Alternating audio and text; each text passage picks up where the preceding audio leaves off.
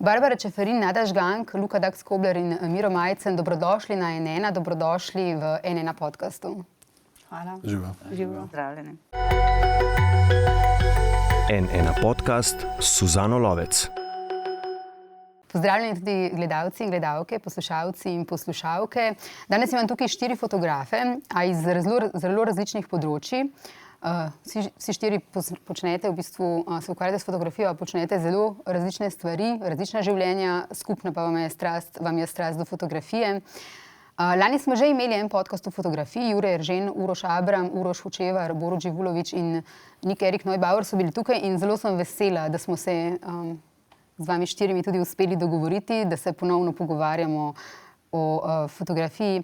Najprej za začetek mogoče na kratko vsakim od vas par vprašanj. Mimogrede, a ste se vsi že med sabo prej poznali, ker fotografska skupnost je precej majhna v Sloveniji, oziroma se kar poznate, ne?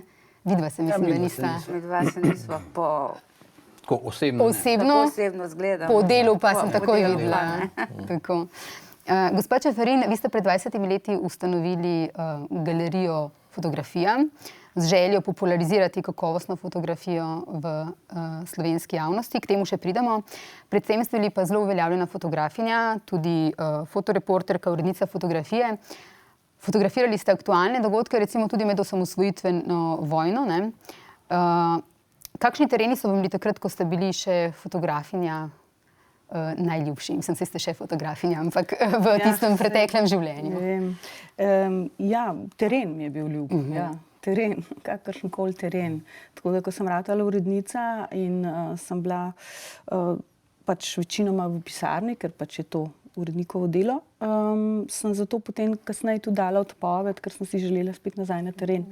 Ampak potem sem v tistem poletju me je ta ideja o tem prostoru, ki je zdaj ta galerija, tako močno prijela, da sem potem pač šla v to in potem spet nisem toliko fotografirala, kakor sem pač nameravala spet.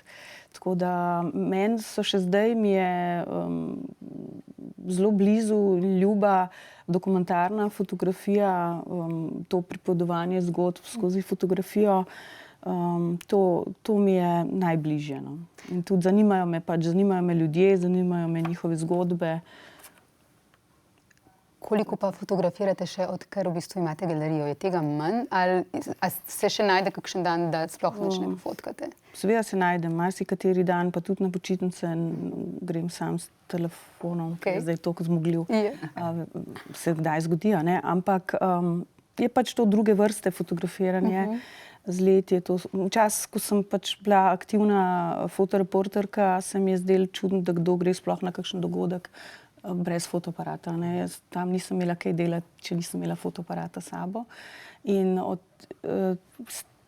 imam eno zelo bolečo izkušnjo, da rečem v zvezi s tem, ker so bile velike poplave takrat, prve take velike leta 90, ko smo jih doživeli. Jaz sem bila pri babici v Laškem brez fotoaparata, zaprta v Laškem, v katerega so si vsi želeli priti, jaz pa ven nisem mogla. Pa nisem imela fotoaparata, pa takrat ni bilo zmogljivih telefonov. Tako da to je ena taka bolečina, tako te boli, fizično te boli vse, ker ne moreš narediti, nimaš fotoaparata, ne moreš fotografirati, ne? Ta izkušnja je bila taka enkrat. Če si fotograf in ne moreš fotografirati, ko se nekaj dogaja. Tako, ja. Drugače pa ves čas že vseeno fotografiram za gledališče, tako da zadnjih 6-7 let za Anton Podbevšek teater, poleg tega pa še za kakšne produkcije, kjer me pač pokličejo. Tako da, brez tega pa bi mi zelo manjkalo. In si v bistvu ne predstavljam, kako bi funkcionirala. Mogoče tudi galerije ne bilo več. Ne, to je nekaj drugega, ampak malo se hecam. Ampak ja, fotografija je velik del mojega življenja, tudi ta aktivna fotografiranja. Gospa Žgank, če bi jaz morala izbrati fotografijo iz vašega dela, bi to bili vsekakor ti izjemni portreti kraljev ulice.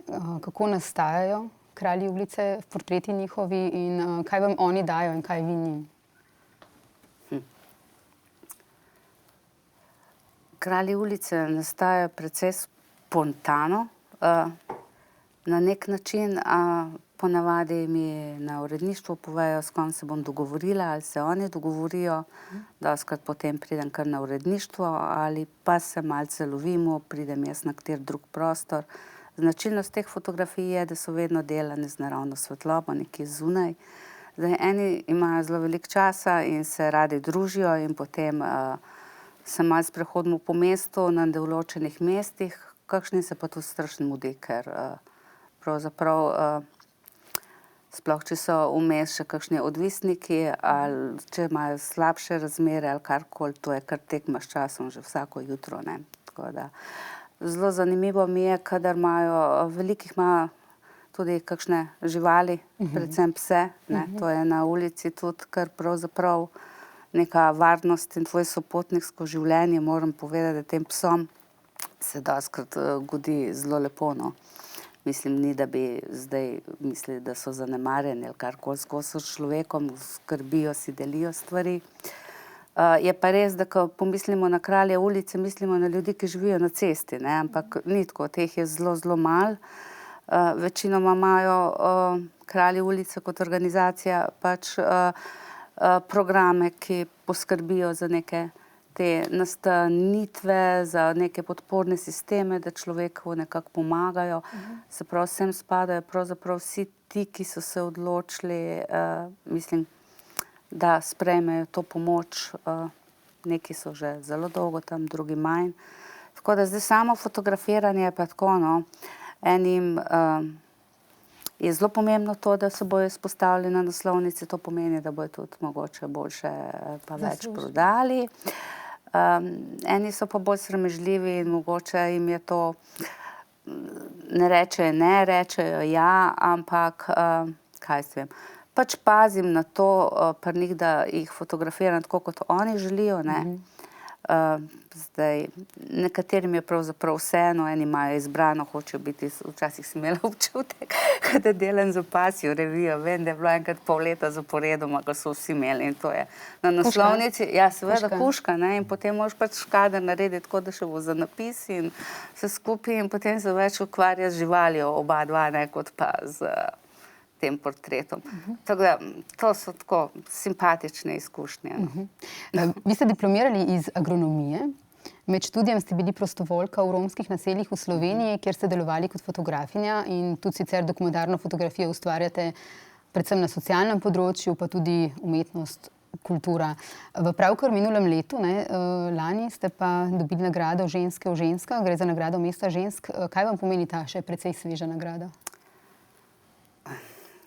Ja, tako kot so pravzaprav zapisali, ne, je že spremljam določene dogodke. Na mestu žensk sem začela že leta 1999 in potem razno to sceno povezano z LGBT sceno, feminističnimi dogodki, uprizoritvenimi umetnostmi, performancem na vladni sceni. In se mi zdi, da ker tam okrog, naprimer, 2.5, 2.6 časopisi niso več toliko pokrivali, ne, da je zelo pomembno, da ostane ta dokumentacija. Potem vidiš to z današnjega časa, ko ti kdo reče, joj, dobro, da smo takrat vse to fotografirali, pa da si ti tudi prišla kar tako kdaj, ne, zaradi tega zgodovinjenja, se mi zdi, ne, tako da je pač temu botrovala ta nagrada. Miro, midva sva sodelavca iz bivše službe. Nekoč so mi bivši sodelavci poklonili eno tvojo fotografijo, ki se zdaj seli z mano, kjerkoli so na službi, gre ta fotografija z mano. Ti veš, katera fotografija je to, ne? Bomo o tem, ko pridemo do konkretnih fotografij, o njej tudi rekli par besed. Ti si imel pred nekaj leti hudo nesrečo z letalom. Cela Slovenija v bistvu je stiskala, sploh pa mi, ki te poznamo osebno, smo stiskali pesti zate. Ti si nekako čudežno okreval, najprej čudežno preživel, potem pa čudežno okreval in zdi se, da si odločen, tako da pač ta nesreča ne bo osrednja točka v tvojem življenju, nekako tako te razumem. Ja.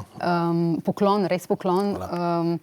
Kako se je bilo spet vračati v vsakdanje življenje, kako te je spremenila ta preizkušnja in kdaj si začel spet fotkati? Moje prvo vprašanje na Soči je bilo, kdaj bom lahko hodil. Zato, ker so pač mišice rabile svoj čas in ko sem začel, vem, da je prišel enkrat, mislim, da ravno Uroš, Abram iz Mladine je prišel narediti neke portrete na Soči in jaz sem takrat tudi prijel njegov aparat v roke, njegovega in potem še Balkijevega probal, ne. Takrat sem jaz vedel, da hočem. Spet. Ja, da to je del mene. Pač nekaj, kar pogrešaš, ne, kar si tam. In že ko sem tam ležal na Soči, sem razmišljal, kje imam jaz fotoaparat, da bi lahko slikal, ne? Ker bi vse tisto dokumentiral, ne? Tako kot je Barbara prej rekla. Ne?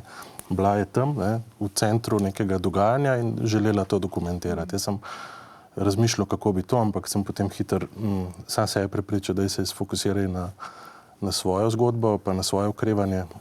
Za vse ostalo bo bolj še čas in je tudi prišel. Ne? Skratka, zelo hitro si začutil, da hočeš spet Ja, fotografirati. normalno. Jaz mislim, da to je bila taka pauza, bom jaz rekel, ne, fotografska. Je pa tako, da v bistvu ti tudi še zmeraj letiš, a ne, z letalom? Ja. To te ni ustavilo, ta nesreča? Ne, straha nimam. Ne. Vsaj zaenkrat se mi nič ni pokazalo, kakšni flashbackov ali karkoli, da bi imel s tem probleme. Nisem še formalno, bom rekel, dobil licence nazaj, ker je to povezano s tem, da dobiš tudi medical in tako naprej. Ni nekaj korakov formalnih, ampak zraven, neformalno, pa brez problema že večkrat. Tudi pozabil nisem. To je tako nek občutek, ki ga dobiš, ne? Neko znanje, kot ko znaš kolo voziti, ne? Se ne boš zvrnil. Ne? Tukaj dobiš te občutke zelo hitro nazaj. Pogosto fotografiraš koncerte, včasih si jih tudi po 100 na leto. Bil si tudi uradni fotograf Rolling Stonesov na turneji. Takrat te je tudi širna Slovenija, se mi zdi, zelo poznala. Je bilo delati z Rollingi drugače kot recimo z drugimi bendi? Rollingi so bili posledica, bom rekel, 15-20 let dela prej. Se pravi, na stotine ali pa tisoče koncertov v različnih, od najmanjših v manjših prostorih, kot je ta studio, pa do največjih štadionov. In pač Rollingi so bili nek highlight, ne, več kot to, v rock'n'rollu ne gre, ne, da te tak band pokliče. In pač ne znam, ja, je nekaj posebnega, ne, sigurno. Samo delo z njimi, en sam ta proces, drugače fotografiranje je pa enako. Zame je to pač fotografiranje glasbenika, koncerta, seveda se zavedaš, da je gor Mick Jagger pa Keith Richards, ne, pa da imaš samo eno možnost, da ni popravca, ne. In da pač moraš to narediti. Ne? In tudi to, da ti oni dajo vse, kar rabiš na voljo, se pravi, ves dostop, vso tehniko, ki jo pač potrebuješ, ali pa, ne vem, dodatno stopnico, da lahko kam splezaš in tako naprej. Vse ti omogočajo zato, da bodo oni dobro videti. To je tvoja naloga tam, ne. Tako da nimaš pa nekega stika z njimi, bom rekel, kar pa mogoče na lokalnem nivoju lahko, ne. Da bom jaz zdaj poklical Micka Jaggerja pa rekel, kje si zdaj, ne, greva na pivo. Ne. Tega pač na tem nivoju ni. To je čisti profesionalizem na eni in na drugi strani. Ne. Vsaj na tem nivoju. So ljudje, seveda, glasbeni fotografi, ki so z glasbenimi legendami že, ne vem, 40-50 let, ne, po domač povedano so odraščali z njimi, ne, tako kot oni. In seveda zelo malo je takih, vedno manj. Ker vse skupaj gre v vedno večji biznis, tudi v glasbeni fotografiji, ampak oni so tisti, ki lahko pokličejo in rečejo, ne, grejo skupaj na morje ali pa na pivo ali pa se priklopijo na turneji za en mesec in tako naprej. Ne. In bom rekel, delo ni primarna motivacija, ampak se družijo med sabo in dokumentirajo, ne, tako da na ta način. Luka, mi da se tudi poznava, zato te dikamo že 100 let. Mislim, da sva se na faksu spoznala, ko si bil ti študent, jaz pa demonstratorka. Ja. Zdaj je en čas, ta zimski čas je zate zelo poseben. Vem, da je Ana Mraz zate zelo poseben motiv za fotografiranje. Zakaj, odkje je ta tvoja povezava z njimi? No? Jaz sem njihov uraden fotograf na teh festivalih že 11, 12, nekaj takega let. Sploh ne vem, kako je do tega prišlo pravzaprav. Enkrat mi je njihova PR-ovka ponudila, če bi bil, sem rekel, ja, me je prijel. In od takrat naprej, začel sem pravzaprav lik za Ano Mraz, pa je bila pa še Ana Desetnica, pa je Ana Plamenita, pa zdaj imamo Ano Srčno, tudi v februarju, ne. Tako da, ampak je ful zanimivo. Vem, da me je, zadnjič enkrat me je nekdo vprašal, kako to, da se nič ne naveličam, ne, skozi to delati, ne. pa se ne moreš, tako kot se ne moreš koncertov naveličati ali pa nekih dogodkov, ne moreš se, zaradi tega, ker je skozi se nekaj dogaja, skozi se nekaj novega, pravzaprav še tiste predstave v bistvu, ki so pravzaprav iste, ne? Se spreminjajo, se razvijajo in je vsakič nekaj novega. Poj pa še ta interakcija z občinstvom, ki je spet čisto naključje, kaj se bo zgodilo, ne? Tako da je super, no. Meni je, jaz to rad delam. In zdaj smo imeli od 26. do decembra do 30. vsako leto je Ana Mraz v Ljubljani, ja. Fotoreporter Luka Daks-Kobler je z uvrstitvijo med 25 fotografov, ki se potegujejo za 6-mesečno službo fotografa v Avstraliji, v Melbournu, korak bliže sanjski službi in 100.000 avstralskim dolarjem. To je iz enega časopisa starega, oziroma iz interneta, iz Naftalina pred leti. Kaj se takrat se ni išlo, ne? Nisi najdel te sanjske službe, oziroma niso te potem izbrali, ne? Ne, niso, ampak je bilo pa zanimivo to. Pravzaprav, zakaj jo nisem dobil, je zanimivo tudi. Zato, ker so oni, to je bilo še zmeraj, je bila to promocijska kampanja njihovega turizma. Ti bi mogel fotografirati tam na enih... Ja, jaz bi dobil službo na eni reviji v Melbournu. Ampak to je bila pa ta Best Jobs Australia, je bila pa kampanja turizma avstralskega. In oni so seveda to želeli, da tudi ta pač kampanja, da je čim bolj mednarodna, ne. In je bilo več krogov izbora, ne. In smo mogli mi potem najprej ene slavne ljudi, da so nas podprli, pa tako tukaj je bilo pri meni, so bili vsi hitro zainteresirani od Alje in tako naprej, in pa športniki pa tako. Potem naslednji korak je bila pa javnost, ampak oni so želeli čim bolj mednarodno, ne. In seveda pri nas, mi tega dometa, pa tudi jaz kot fotograf seveda nimam, ne, če toliko mednarodno, tako da je bilo odziva, podpore, ni bilo pa veliko tujine podpore. In potem sem šel gledati, kdo je dobil, so bili to neki ljudje, ki so imeli podporo z celega sveta, tako ogromno ljudi, tako da. In to so oni želeli, no. Tako da ja, ampak nič ne. Je pa tvoja najljubša stvar dokumentarna fotografija, ne? Približno točno to, kaj je Barbara. Tako. Kakšna je razlika med dokumentarno fotografijo, novinarsko fotografijo in umetniško fotografijo? Mogoče gospa Barbara najprej. Smo v šoli. Mislim, vsaka fotografija je zelo širok pojem, zelo široko področje in zdaj to, kar ste našteli, je že tukaj, imamo Slovenci malo mogoče to, kar rečemo umetniška fotografija, že ni več to, kar je mogoče bilo pred leti, se širi, glede na to tudi nove generacije prihajajo, imajo svoje pristope. Ampak recimo, da rečemo, da je umetniška fotografija nekaj, kar je pač ponavadi je v galerijah, muzejih, se prikazuje, ampak že to nima več primata, zato ker tudi dokumentarna fotografija vstopa že kar močno je vstopila v te prostore. Tako da novinarska je seveda omejena na časopisje oziroma se reče novinarska tudi, če je na internetu objavljen zdaj in tako, seveda se so novinarji in tako, ne gre samo za tiskane izdaje. Tako da vsako to področje, vsaka zvrst ima svojo specifiko, se pa lahko tudi prekrivajo. Tako da je lahko nekaj, kar je vse troje, recimo. Ja, je. Recimo tukaj bi jaz omenila Nika Erika Neubauerja, ki ste ga gostili in ki je eden od mlajše generacije, zdaj en zelo uspešnih fotografov. Recimo zanimivo je, da ta njegova serija protestov v bistvu se lahko gleda na več načinov, kar je dokazala tudi nominacija za nagrado Oho. Se pravi v bistvu za umetnike, sodobne umetnike. Je pa v bistvu lahko, mislim, popolnoma dokumentarna serija. Njegov zorni kot je pa jo predstavil tudi na tak način, da se jo lahko vzame. Jaz imam tukaj eno drugačno razlago. Mislim, drugačno, podobno, ampak majhen drugač.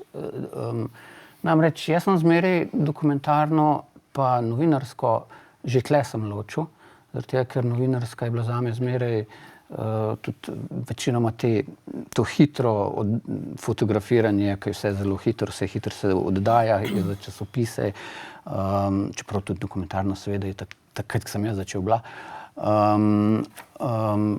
Ampak govorimo bolj o teh dnevnih novicah, tudi novinarskih konferencah in tako naprej. Se pravi, vse to je bila zame novinarska fotografija. Dokumentarna mi je bila pa zmeraj bolj počasna.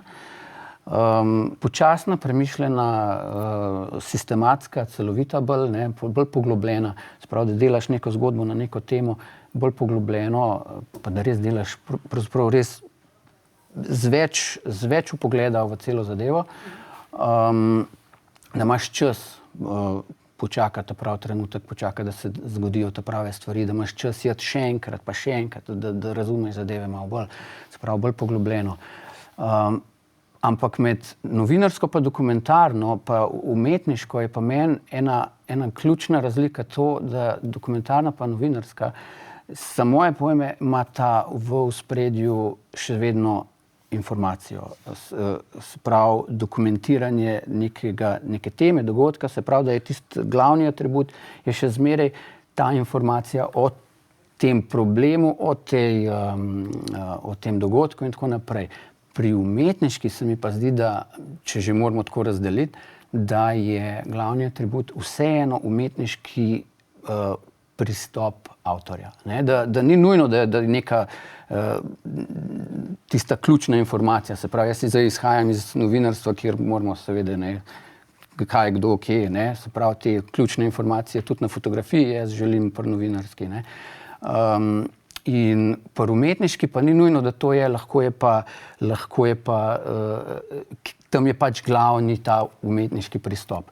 Je pa res, da se zdaj, in to je meni v bistvu še najbolj všeč zdaj, da dokumentarna, da ta umetniški pristop majhen prehaja v dokumentarno. Recimo, zelo so mi všeč te zgodbe, ki jih recimo smo imeli na Kranj Fotofestu lih lani. Tam je približno to, o čemer govorim. Se pravi, da je neka dokumentarna zgodba, kjer je še zmeraj informacija pa zgodba tisti glavni atribut, ampak je narejena z nekim avtorskim pristopom, že malo umetniškim. Ali pa so že fotografije, ki še zmeraj držijo informacijo, toliko likovne, da se vidi, da je umetniško. Ko pa samo umetniški pristop prevlada, tam tisti je pa zame čisto umetniško. Gospa Jada, To si dobro rekel. Ja, To je pa ne more biti druga, če je umetniško umetniško. Seveda, ampak velikrat, zato sem tako povedal, zaradi tega, ker velikrat se neko dokumentarno, neko fotografijo razume kot dokumentarno, čeprav ji manjka te informativnosti. To je več ali manj samo umetniški stil pa pristop. Tle bo v naslednjih letih, ker se vedno več tako, ker gre vse v to smer, tle bo treba, bomo mogli kmalu se naučiti delati razlike. Sam se v bistvu ne vem, če je sploh smiselno delati razlike. Mislim, da živimo v času, ko se te stvari zelo prepletajo. Ja, v bistvu imaš prav zdaj, ja. Zelo, mislim, ni več toliko enih drugih možnosti in izraznih sredstev in tudi fotografija sama, mislim, če gremo v tem, se razpredajo že v tem, je to zdaj sploh še fotografija, ali ni fotografija, ker je digitalno, veš, pa lahko tle zabredeš v marsikaj. Mislim, da se je po vseh teh stvareh mogoče treba držati določenih zakonitosti, ki so vse splošne in veljavne, obenem pa se malo bolj sprostiti, pa gledati kvaliteto rezultata. Te razlike so v bistvu bolj bolj pomembne, kadar govorimo o medijih. Ampak mediji zdaj itak teh fotozgodb ne objavljajo več, Je manj tega. tako da v bistvu gre to zdaj vse v selo, galerije pa na festivale, tako da, ja, Barbara, imaš prav, ja. V bistvu niti ni nujno toliko teh razlik več delati, ne. Gospa Žgank, koliko se razlikuje vaše delo glede na to, kdo je naročnik? Kdo je tisti, ki vam naroči nekaj? Koliko lahko to vpliva na način vašega dela ali ne? Mislim, da imajo vsi naročniki s temi, ki delam, približno enaka pričakovanja. Seveda je pa zdaj odvisno, ali gre za dokumentacijo dogodka, ali gre za dokumentacijo predstave, ali sem že prisotna na vajah, ali je treba narediti neke režirane fotografije pred tem.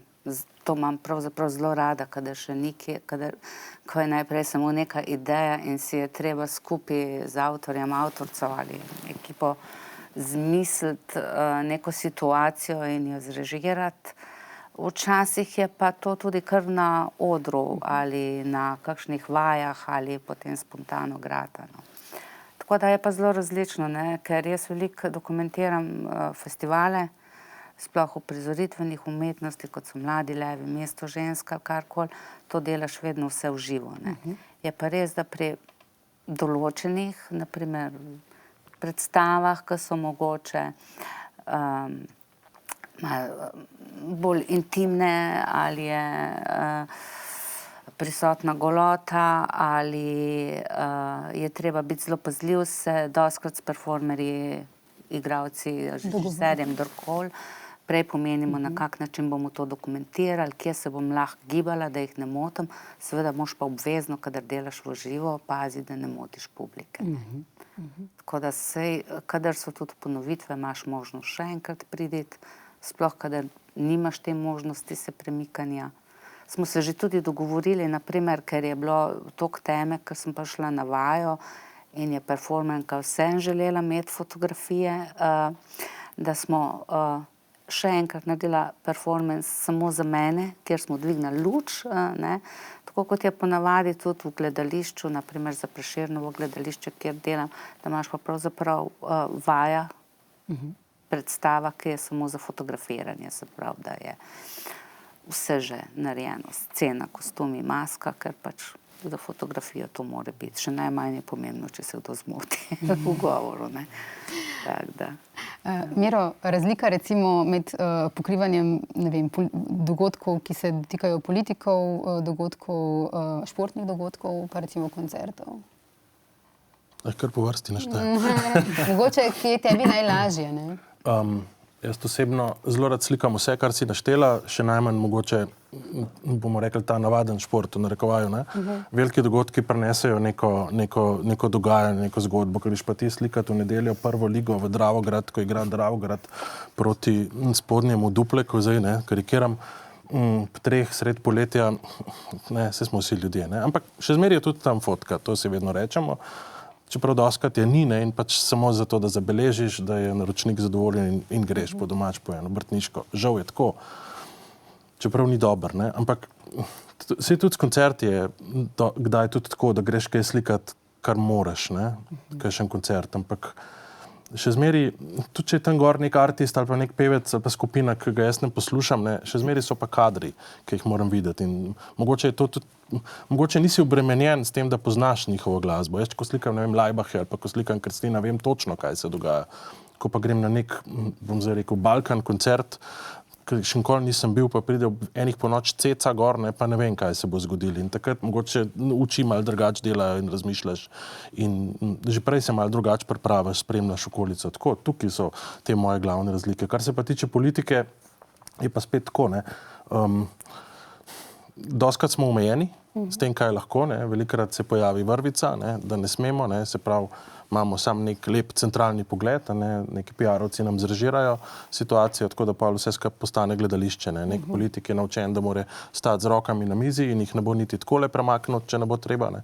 ne bomo smeli. In potem mi čakamo vedno tiste neke prihode, odhode, neke te umestne dogodke, ko se nekaj zgodi in takrat slišiš, ne, če bi kdo posnel, kaj se zgodi, ko nekomu pade, ne vem, kuli iz roke, ne, ali pa ga pobere, ali pa ko popije, ali pa kaj takega. Takrat so neke umestne ilustracije dogaja, ki jih imamo potem. In mi radi kar nekaj ilustrirajo in seveda mediji, ki jih lahko uporabijo večplastno potem, ne. Gospa Barbara, vi ste rekli pred 3 leti za Delo, za časopis Delo, lahko rečemo, da je trg umetnin pri nas počasen, ne moremo pa reči, da ga ni. Obstajamo in delujemo po pravilih, ki sicer obstajajo na mednarodnem umetnostnem trgu.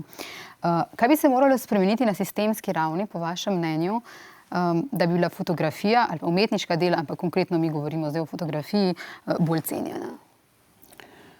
Mislite v občinstvu ali na sistemski ravni? Država, da bi to bolj cenila. Lahko pa tudi občinstvu, kaj rečemo. Ja, občinstvo vsekakor ceni. Je pa treba na državni ravni, kar zelo pogrešamo in bi bilo fino, če se vrne, je davčna olajšava pri nakupu umetniških del. Tukaj ne govorimo samo o fotografiji, ampak na splošno. To je čisto statistično, tudi tisti, ki imajo radi številke, lahko se tle prepričajo, koliko je bil večji promet, koliko je bilo več zaslužka in seveda tudi država je pri tem dobila svoj delež, dobili so ga umetniki, skratka področju je to zelo pomagalo in vsekakor bi to zdaj tudi bilo zelo dobrodošlo. Nažalost ni posluha za to. V bistvu, kakorkoli imam informacije in kakor se trudimo tudi v društvu galeristov in tudi društvu likovnih umetnikov in skratka vsi deležniki, da rečem, na tem področju si prizadevamo že nekaj časa, pa ne gre. Ne. Mislim, da je tukaj ključno Ministrstvo za finance, finančno ministrstvo.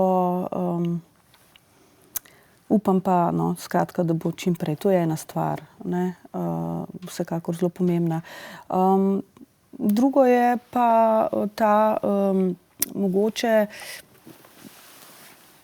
da se tudi se pravi na ministerski na ravni ministrstev, tistih, ki pač odločajo o določenih stvareh, malo bolj, kadar se delajo kakšni razpisi, recimo, ali pa razpisi, mislim, v smislu tega, recimo, odkupi del za neke opremo prostorov, ali pa recimo, kar se tiče tega našega dela, da se mogoče zelo kako ne rečem, bolj preveri določene stvari, ne? Da nažalost v vseh teh 20 letih vidim, da nekdo, ki zna lepo govoriti določene stvari, ne, pride skozi in potem izvaja svoje stvari na račun,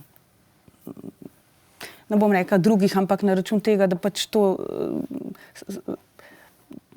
ni prav, ne, to pač ni prav in zato določen, potem se pride do slabih izkušenj in potem zaradi teh slabih izkušenj se potem to področje, zdaj zelo abstraktno govorim, ne, ker pač ne želite konkretno, ne, ampak me pa že zelo dolgo vleče za jezik, da bi pa konkretno govorila, ja, ne v taki priliki, ampak Sem vas prav razumela, da ne odkupuje država najkvalitetnejših virov? Ne, to pa ne, to sem narobe mogoče tako rekla.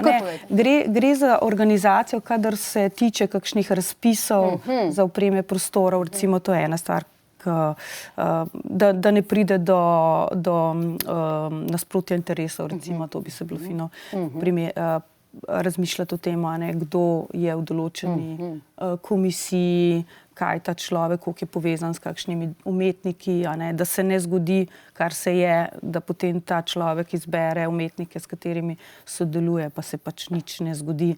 Zdaj sem bila že bolj konkretna.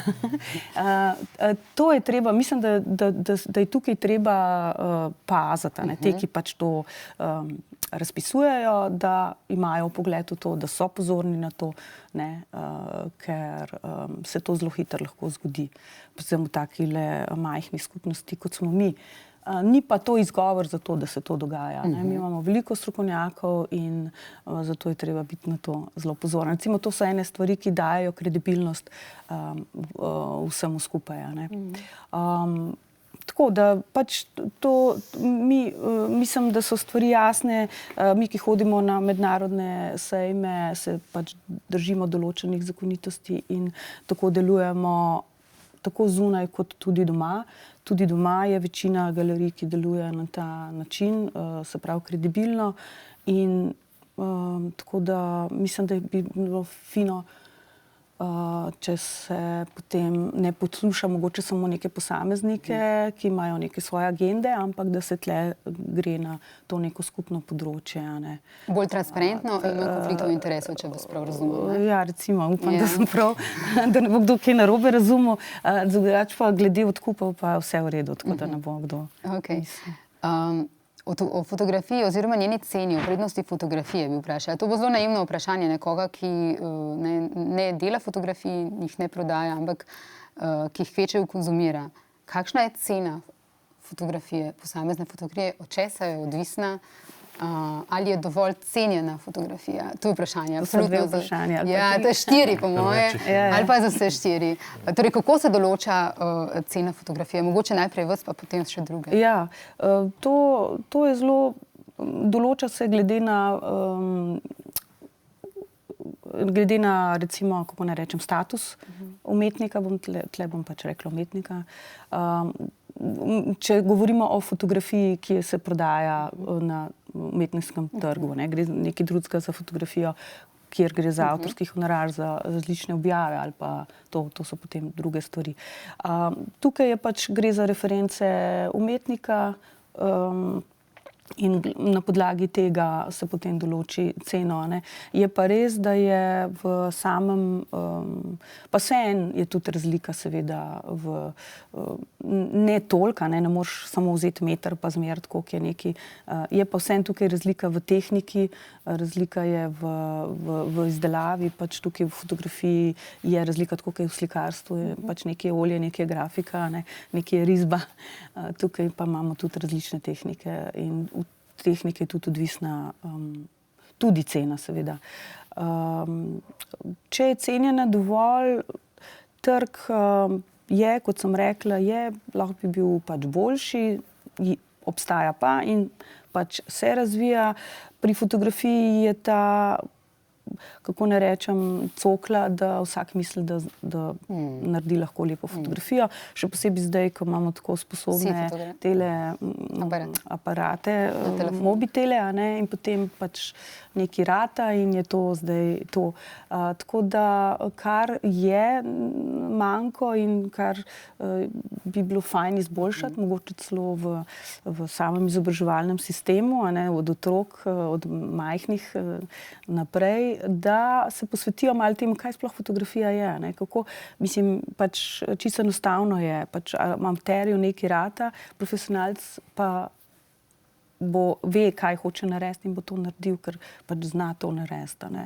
In tukaj je mogoče ta radikalna razlika. In potem pride tudi do cenjanja. Drugače pa pač meni se je tudi že zgodilo, da pač pride, še posebej na začetku, so si to upali bolj na glas govoriti v galeriji. Zdaj tega ni več, če mogoče kdo kaj misli, rajš najprej počaka, pa pol kaj reče, da reče, za tole 100 pa to denarja. Recimo, to se vse meri z nekimi časovno, to, mislim, to je tako, kot ne vem. In zdaj pridemo, recimo, Miro, Luka, tega ni več, tako rečem, to je samo en tak zelo, da ne bo kdo mislil, da to zdaj ljudje redno. Ne, ni res in vidim razliko. Sicer 20 let, ampak jaz vidim veliko razliko v odnosu do fotografije. Kako pa vidva to občutite? A se vam kdaj pri vajinem delu zgodi, da v bistvu ali naročniki ali občinstvo ali kdorkoli pač na ta način dojema fotografijo, ker to je nekaj, kar si zmoremo, kar si znamo? Vse veš, danes vsi gledamo fotke tako, in smo bombardirani z 1200 podobami na minuto. In a se kdo spomne kakšno fotko 3 dni nazaj, nobene, vse gre mimo. Tudi ljudje tako dojemajo. Se pravi, se zgodi koncert, jaz naredim 20 fotografij, dam v galerijo Next, to je to. In to je dojemanje. Čez 3 dni jih najdem na Facebooku nekoga drugega, brez podpisa, da so moje. Ne? In potem nekaj časa seveda rečem, a lahko podpišete, ne? In seveda, ok, sem pozabil, ne? In tako naprej. Ni več tega zavedanja, da mora nekdo to avtomatično narediti s tem, da se avtor na ta način izpostavi. Ne? In doskrat grejo tudi ponudbe v to smer. Ne? Se pravi, daj nam ti fotografije, te bomo podpisali. Ne? Pa vejo, da imajo opravka s profesionalcem, ki pač živi od tega, ne? Ampak te bomo podpisali. Ne? In doskrat se zgodi to tudi ko te pokliče nekdo, da bi rad kupil fotografijo za to, da bi, ne vem, opremil eno steno lokala. Ne? Pa se plačam izdelavo, ne rečem. Ja, tako, ja, plačam izdelavo, recimo, tako, na ta način. Ne? In doskrat se to dogaja, oziroma meni se je to že 5-krat, 10-krat zgodilo. Ne? Enkrat sem imel tudi eno razstavo, kjer je bilo dogovorjeno, da bo človek pač obdržal tiste fotografije na zidu in jih kupil. Ne? Jaz sem seveda bil že dosti pameten, da sem rekel v redu, ampak boš ti plačal fotografije in razvijanje in ukvirjanje in postavitev in vse, kar nima majhen strošek, ne vem, za 20 fotografij, ne? Nekega normalno velikega formata, in potem človek ni ene fotografije odkupil, ne? Na ta način. To so zelo take neresne zadeve se dogajajo. Ne? Doskrat dobim recimo request, da mi pošelj kar file, pa bomo sami sprintali, ne? Tako, na ta način. Ne? Ali pa se recimo neka fotografija nekdo kar vzame z interneta, jo sprinta in jo nekomu, potem jo kar naenkrat najdeš nekje, ne? V nekem lokalu sprinta. In moj kolega recimo iz Rašič Brian iz Belga 40 let slika rock'n'roll, enkrat je pa šel z mano v en lokal v Portorožu in je najdel svojo fotografijo Micka Jaggerja, David Bowieja in pozabil sem še en je bil zraven, v glavnem legendarna fotografija, ko oni v backstageu sedijo, zraven pa cena veliko pivo, malo pivo, srednje pivo. Ne? In so želeli od njega, da se podpiše gor, in seveda je rekel, da se ne bo, ne? Ker, ne. Ampak tega je ogromno, žal. Ne? Tako, danes smo prišli na tako obdobje. Jaz pa mislim, da tisti, ki pride v galerijo, je pa pripravljena. Ne? Dejansko gre z namenom tja, ali da kupi knjigo fotografsko, ali da si kupi neko lepo fotografijo.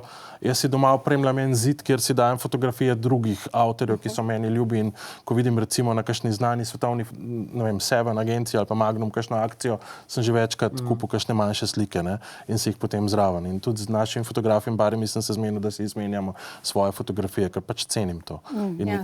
To je stvar, mislim, prej razumeš, da nekdo, laik recimo, da tako gleda na fotografijo, da ne razume, mislim, ali pa da mu moraš vse nareči, to je nekdo naredil, je avtorsko delo, najmanje, kar je, da podpišeš. Ne? Problem je ta, da se to dogaja pri profesionalcih, da rečem, se pravi v medijih, ne? Da mediji jaz odkar v bistvu sem v tem, to je pa 30 let in malo več celo, v bistvu vidim, spremljam to, da se ves čas to isto dogaja, ne?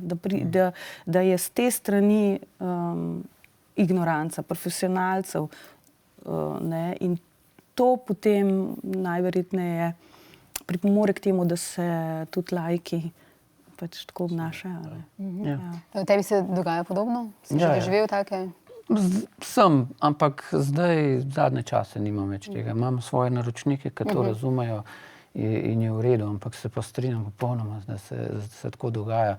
Več, ko je fotka, zdaj, ko vsak fotka s telefoni, se mi zdi, da cena, zdaj ne govorimo o galerijskih fotografijah, govorimo o novinarskih, pa o vsakdanjih dogodkih, ta cena tukaj res pada, se mi zdi, oziroma ostaja na mestu. Najmanj to. No. Se mi zdi, da vrednost fotografije je kar padla, ker se itak nekako imajo, je nekako vzdušje, marsikdo misli, ja, pa se je to lahko tudi jaz naredim s telefonom. Ne. Meni se že, mislim, nisem meni zgolj, ali sem celo jaz, to ne spomnim. Vem, da je bila en primer, ko je nekdo rekel, da ja, seveda, meni se je to zgodilo, ja. Je rekel, da lahko enako fotko naredi s telefonom. Ne. Pa bilo je nekaj s teleobjektivom, pa ne vem kaj še vse. Pa je naredil? Ja, jo je naredil, pozumiral na telefonu, je bila kar impresionistična slika, tako vse spacan, nič ni videl, poln motečih elementov okoli in tako, ampak problem je, da pojka oni to probajo, ne. Je problem ta, da on ne bo rekel, jaz imel prav, ne. Ne, je rekel, jaz se je čist dobra. In to je problem, ki ga vidiš, nažalost, velikrat tudi v kakšnih uredništvih, pri naročnikih, ne, ki reče, sej se bo čist dobra. Sam da imamo. Sam da imamo, točno to. Ne. In sploh ne gledajo kaj dosti na kvaliteto več. Ali pa recimo se dogaja tudi to rezanje, to mene vedno srce boli, ko vidim. Instagram obglavljanja.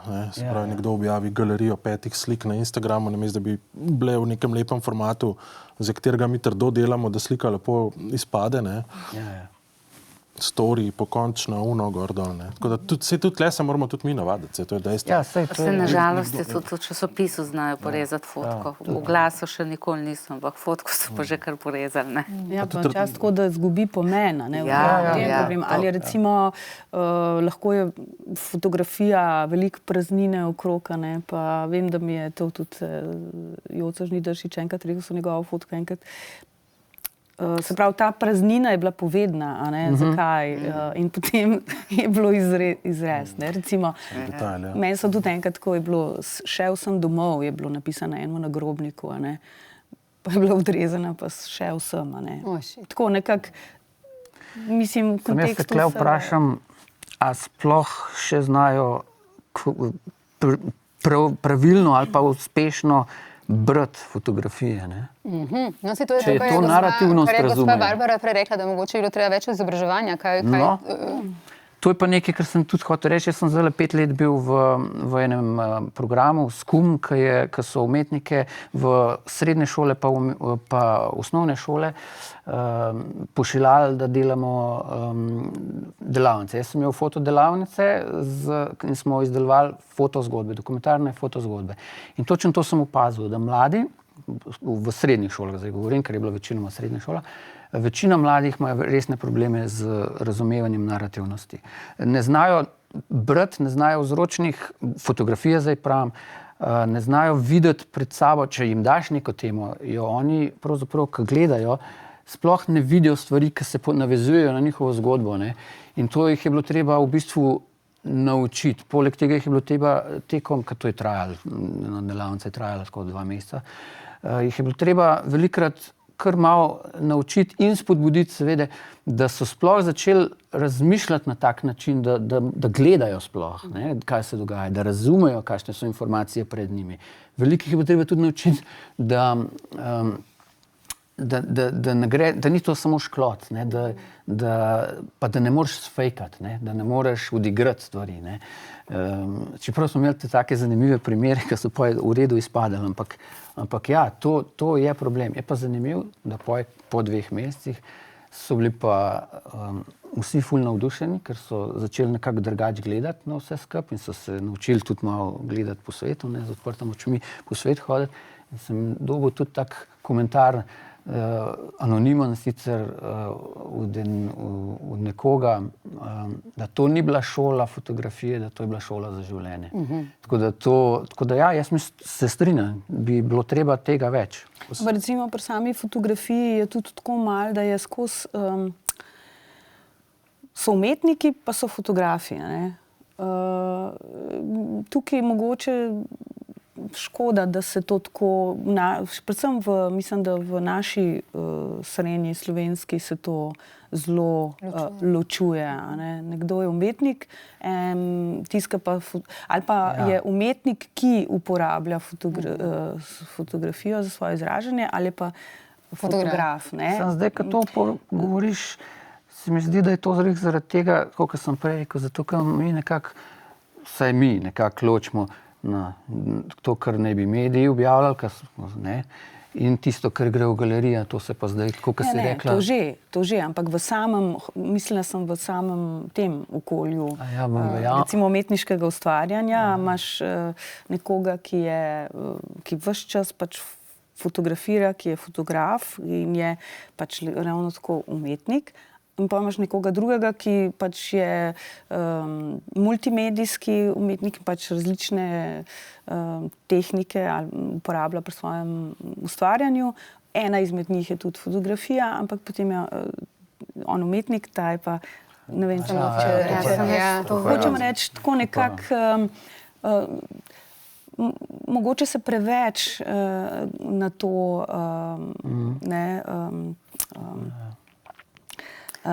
Bertolt je bil eden od sopotnikov in impresionistov, mislim, in je lih tako bil pač en del njihove družbe, pa se to zdaj včasih, ker pač ne ve toliko, ne, ali pa ne vem, skratka, skozi je nekako Potisnjena na stran. ja, mogoče, a ne.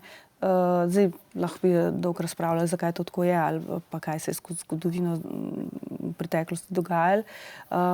Ampak to sem mislila, ta odnos do umetnosti, fotografije, likovne umetnosti, da rečem, saj fotografija je samo ena od dve likovne umetnosti. Recimo, če vzamemo Francijo pa Pariz kot eno od močnih centrov te umetnosti, tam recimo mene to pozitivno tako presenetilo, ko sem videla, da recimo družina ima letno vstopnico za Louvre in to potem ne zdrvijo skozi muzej, tako kot mogoče mi kot turisti ali pa tako, ko prideš enkrat v eno mesto.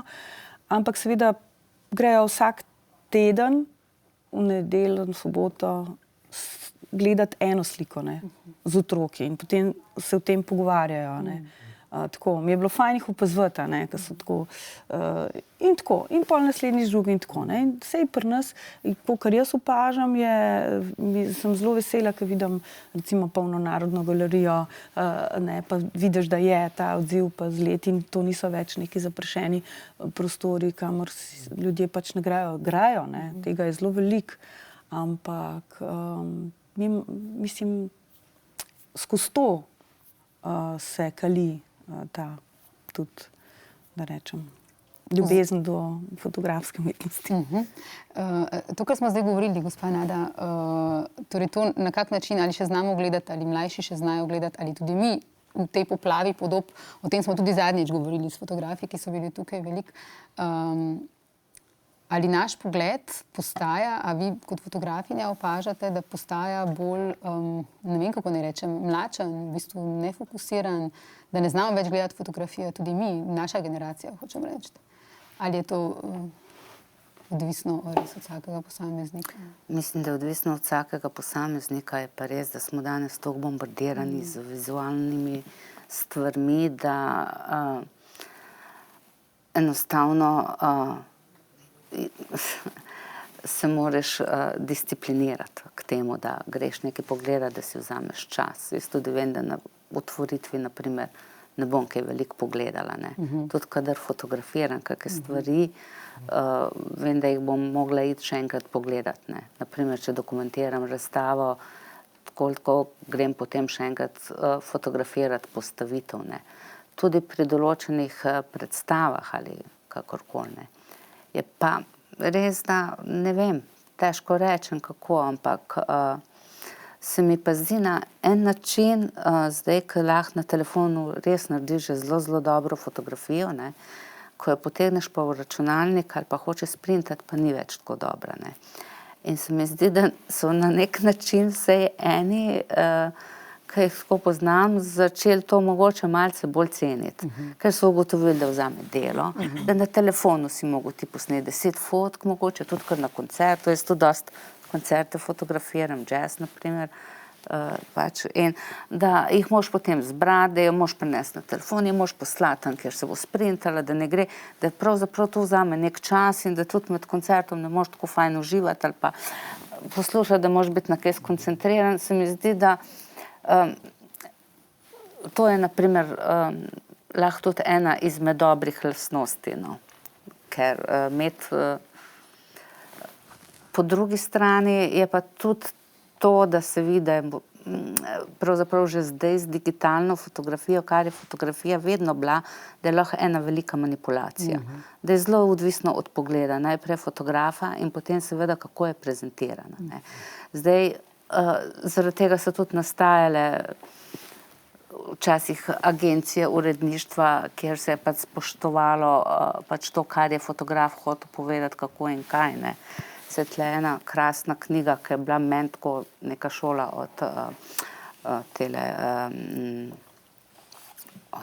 da se pa ne spomnim, Fotografija in društvo v tej Francozi. Giselle Freud, ja.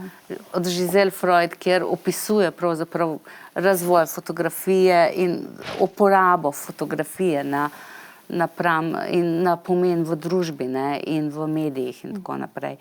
Tako da, ja, zelo je pomembno, naprimer... To je že zelo stara knjiga. Ja, to je zelo stara knjiga, ampak se mi zdi, da je pravzaprav pokazala, da je bila manipulacija mogoče že takrat, ko se še nanašala emulzija na plošče, potem, ko so prišli te maloformatni fotoaparati, ki je postala bolj popularna, kaj šele danes z digitalno fotografijo, da je to še kako pomembno. Ampak prej, ko ste pa imeli to razliko med dokumentarno ali pa umetniško fotografijo, bi pa jaz rekla, da kako si jaz pri sebi to razlagam, ne. Jaz sem vedno imela za nekoga, da je umetniška fotografija nekdo, ki pač uporablja fotografijo, da nekaj naredi, da se izrazi, ne. Zdaj je pa res, da jaz dostikrat vidim dokumentarno fotografijo tudi kot umetniško fotografijo. Jaz, na primer, z dostimi umetniki sodelujem ali pa fotografiram njihove stvari. Jaz pravzaprav fotografiram umetniška dela, ne, na primer performance ali karkoli, in sploh pri performancu ali pri določenih to potem ostane, ker je razstavljeno v galeriji, ne. In zdaj to je potem pač zdaj stvar, kako je to zdaj podpisano, ne. Seveda sem jaz avtorica fotografije, ker sem fotografirala umetniški dogodek, ki je zdaj pač kot razstavljena kot delo te umetnice, ne. Ampak je nadgradnja lahko tega, jaz to tako gledam, ne, ki si dober primer dala, recimo, ne, ti dokumentiraš umetniško delo, a ne, ampak ga lahko dokumentiraš tako, da ti kot fotografinja samo zabeležiš umetniško delo nekoga drugega, se pravi performance, ne. Lahko ga pa nadgradiš, lahko ga pa po svoje interpretiraš, ker ni vsako dokumentiranje tudi tvoja interpretacija, ne. Lahko ga pa, lahko daš daljši čas, lahko daš, ne vem, neke stvari in takrat je pa pol to tvoje umetniško delo, ne.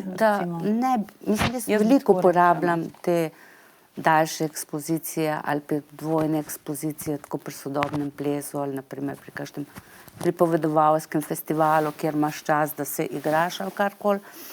Ampak se mi zdi, da včasih pravzaprav tudi, ampak meni je jasno, da naprimer, če je samo en ujet trenutek in to je potem tudi lahko umetniško delo, odvisno kako ga prezentiraš, ne. Naprimer, ravno za to fotografijo, ki ste jo prosili, da pošljem, sem jo poslala ravno z tega namena, ne. Ja, to je Kira O'Reilly, Padanje po stopnicah, gre za performance na festivalu Mesto žensk 2010 je bila. Vse 4 sodelujoče goste sem prosila, da vsak prispeva oziroma če nam lahko nekaj pove o eni fotografiji, ki ga je ali posebej zaznamovala, ali mu je posebej ljuba, ali je pač neka zgodba od zadaj, ne, in vi ste mi poslali to. Skratka, gre za, kot ste mi prej pojasnili, ne, za padanje po stopnicah, ki je trajalo več ur, ne. To je bil trajajoči performance, ga malo opišem. Ja, absolutno, mi bomo tukaj, gledalci lahko videli to fotografijo. Prav. Seveda sem se s Kiro O'Reilly prej dogovorila, kako in kaj bo potekalo, kako bom jaz to spremljala. Sam performance se je dogajal v Grubarjevi palači na stopnišču. Bil je prekrasen dan, ker je prihajala fajn svetloba skozi zunanja stekla, tako da je bilo zelo neproblematično fotografiranje. Začela je na vrhu stopnic in je bilo to tako upočasnjeno gibanje, da ga ti pravzaprav nisi opazil, če nisi dlje časa spremljal, ne.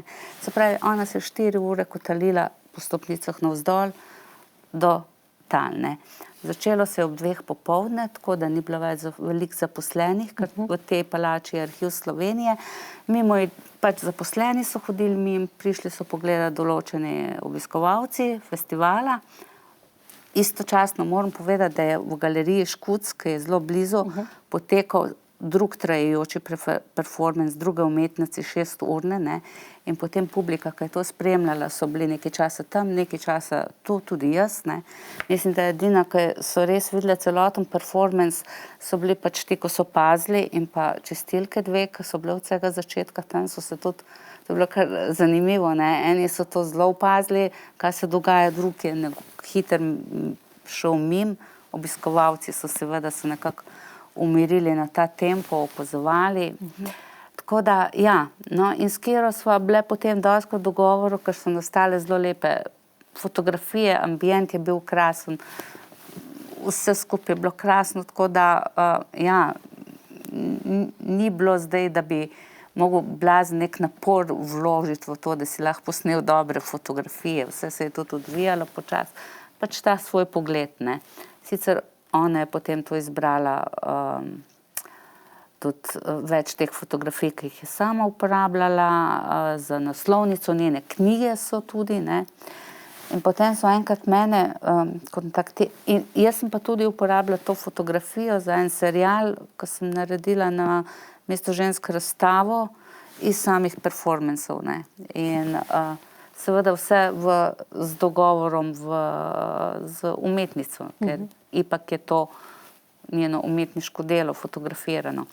No, ampak potem je prišlo pa neko povabilo z prodajne galerije, se ne vem, je drugače prodajna, ampak to je bila prodajna razstava v galeriji Z22 v Berlinu in je bila ena skupinska razstava, ne, in potem kasneje zvem, ko so poslali pogodbo, da bo prodajna in zdaj kako podpisati in potem je bilo pač zdaj malo drugačen podpis, ne.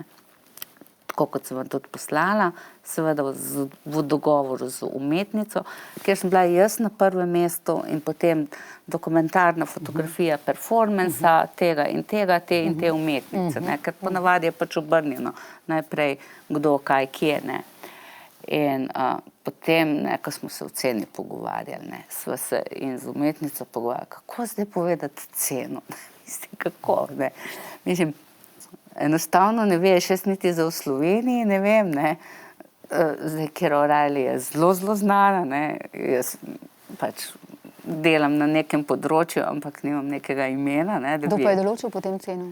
Ja, saj ne vem, ker pa se je začela korona, ker pa smo pa ali 500 evrov ali 1000 evrov, ali kako mislim, da enostavno nimaš občutka, nočeš izpadeti, da bi dal čisto premalo, nočeš izpadeti, da bi dal preveč, pol malo iščeš po spletu, potem pa sploh ne vem, kako je bilo, pozabila sem. Mislim, da smo pol nekaj tako napisala, ne, kar oni določe nekaj glede na ostale, no, mislim. Je pa stvar taka. Da, ker sem se hotela zleči to, no. Ja, da ta dilema je, včasih, ko smo živeli v analognem svetu, a ne, je dejansko bilo tako, da so se določale cene za posamezno tržišče, zato ker dejstvo je, da so naše cene tu mnogo nižje kot kje drugje in potem ljudje ne razumejo, zakaj prideš tisto tako nizko ceno na nek mednarodni sejem, a ne, in potem se jim zdi, da je to pa nekaj čudnega, tako kvalitetno je, pa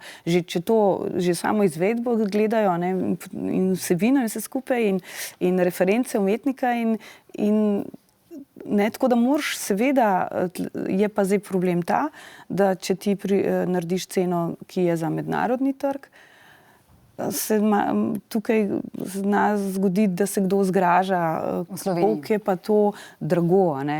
In zdaj, kje najdeti ta balans, jaz mislim, da pač je treba pač doreči, tako je, taka cena je, ne glede na to, kje si. Zdaj prilagajanje tržišču do neke mere, a ne moreš pa zdaj to kar tako jemati, saj to ni nekaj, da vržeš kocke pa določiš pol. Ja, ni, zdaj bomo malo gledali, zdaj bomo dejansko si res... Ja, če pa nimaš tega, sigurno, da si na začetku, pa je težko doreči ceno, ne? Da ne boš šel premalo, da ne boš preveč, to so zagate pol. Miro, o fotografiji, ki sem jo ti poslal, oziroma mi jo boš, vi pa oba, o kateri govoriva, to je fotografija, ki si jo ti naredil ob prihodu beguncev v Slovenijo na meji. To je fotografija, gledalci jo bojo videli, kjer v bistvu v tvoj fotoaparat gleda en sam človek in to je otrok s takimi velikimi prestrašenimi očmi in odprtimi usti. Vsi drugi, ker na fotografiji je ogromno ljudi, vsi drugi odrasli so pa obrnjeni v bistvu proč od objektiva. Kako je nastala v bistvu?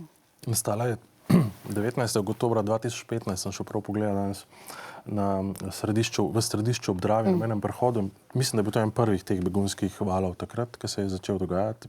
Zelo deževen dan. Jaz vem, da sem stopil z avta, vročega in aparat se mi je zarosil po domač poje in pol nisem vedel, avto delala ne bo in pol se kar naenkrat zgodil ta trenutek, je skupina teh beguncev, migrantov bila pred tisto ograjo, naša policija jih ni spuščala čez ograjo, oni so se nagnetali, vsi so imeli neke take modre palerine na sebi, ki so jih tam dobili, Bilo je pa tudi veliko otrok, ki so jih imeli pa tako na ramenu, in pač normalna pozicija otroka na ramenu je, mi smo pa tam stali na nekem zidu, in tam zraven je bil še en gospod, ki je eden izmed njih, ki je potem miril situacijo, da niso oni podrli tiste zadeve, otroci so pa seveda ali jokali ali pa nemočno gledali nazaj, ker so bili na ramenih staršev, mam, očetov, karkoli. In pač jaz sem v tistem trenutku videl to zgodbo malo drugače, ker večina je šla takrat naprej na ograjo, kjer so se s policaji klešali, oni so špricali vsake toliko časa s kakšnim tistim pepper sprayem, s tem solzivcem iz Piksne. Te otroci so bili pa tam in so praktično, kot da bi ugasnil, veš, v filmu zvok, ki je neka eksplozija. Tako sem jaz to takrat videl in dojel in pa sem naredil prav eno serijo Just Kids, tako da tisto smo potem dali ven. Seveda je zaradi vseh znanih razlogov potem bilo to kritizirano v tistem trenutku ob objavi, to mediji manipulirate, otroci, to ni tako gor dol, kdo je zdaj to hodi, to jih imajo sam za kuliso sabo in tako naprej. Ampak te otroci so tam bili, in to je bila moja naloga, da dokumentiram to, kar se je tam dogajalo, in te otroci so tam bili na ramenih, doživljali so tisto grozo, tisto hrup, mraz in tako naprej, glih tako kot vsi ostali tam in meni se je zdel pač ta centralna pozicija otroka in vse tisto okolje in tista nemoč, v bistvu nekoga, ki nima vpliva na to, kaj se tam pred njim dogaja. Točno tako izgleda, Otrok, ki nima vpliva, dogaja se v bistvu neko življenje, ki je katastrofalno v tistem trenutku, in jaz jo skratka nosim s sabo, se vedno lahko pogledam, za koga tudi mi, kot novinarji, moramo delati, da vedno moramo gledati tudi ta pogled, to, kar drugi ne vidijo. Ko te nosi v bistvu neka zgodovina, ko te nosi neko dogajanje, da je treba te oči videti, katerekoli že so, pač, ali te begunce, ali ne vem, to, kar gospa Nada dela, skratka brezdomce, ali vse ranjene in vse prestrašene ljudi na tem svetu, to hočem reči.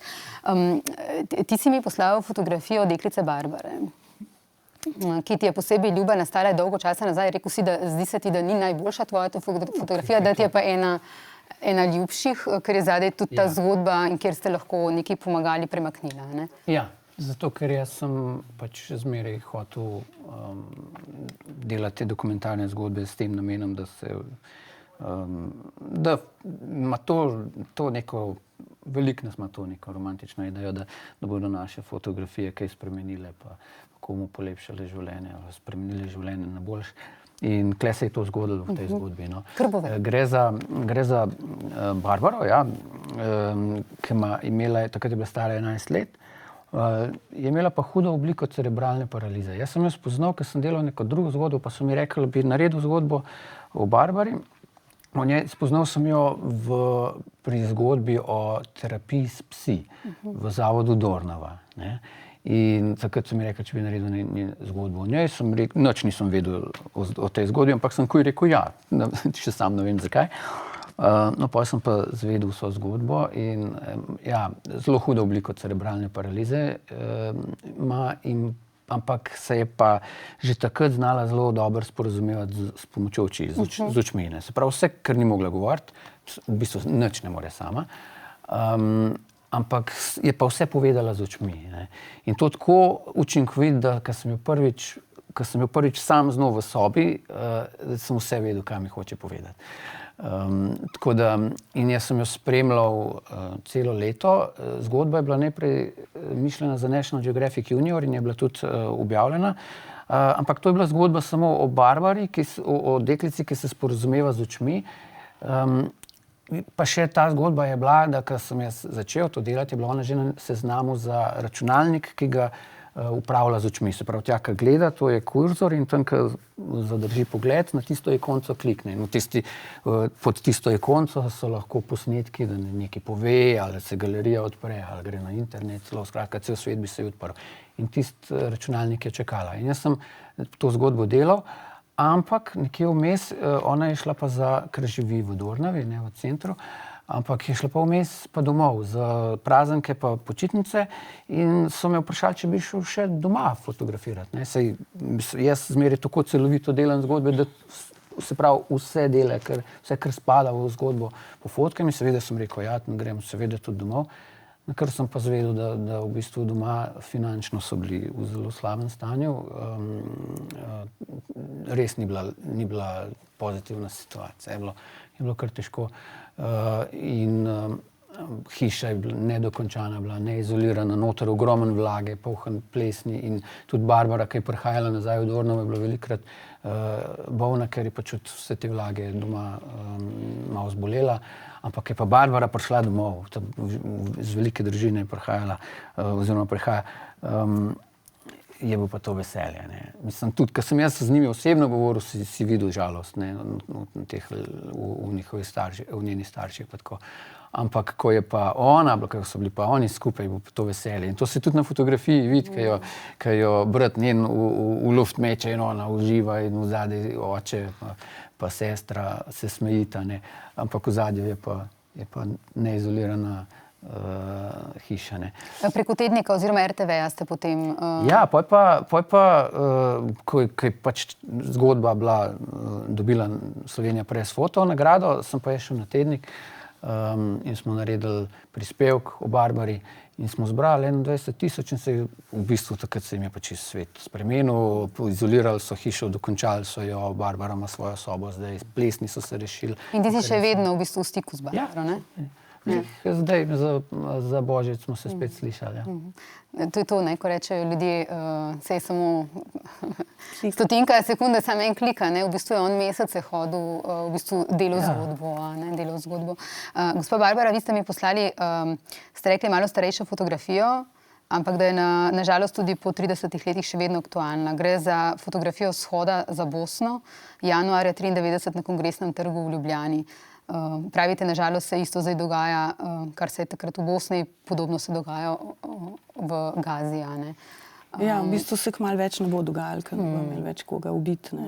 Tako da to je pa pač otroci, oziroma ena skupina otrok drži, ena punčka drži transparent, kjer piše 7000 ubitih, pač neke številke in potem dokdaj še. Kdaj še, ja. Ne, in ta vprašanje dokdaj še je bilo leta 1993 za Bosno, pa se je vmes zgodilo še mnogo gorja po svetu, pa je zdaj to v Palestini, mislim s Palestinci to v Gazi res nekaj najhujšega in ni konca in to je res brezup, ko preprosto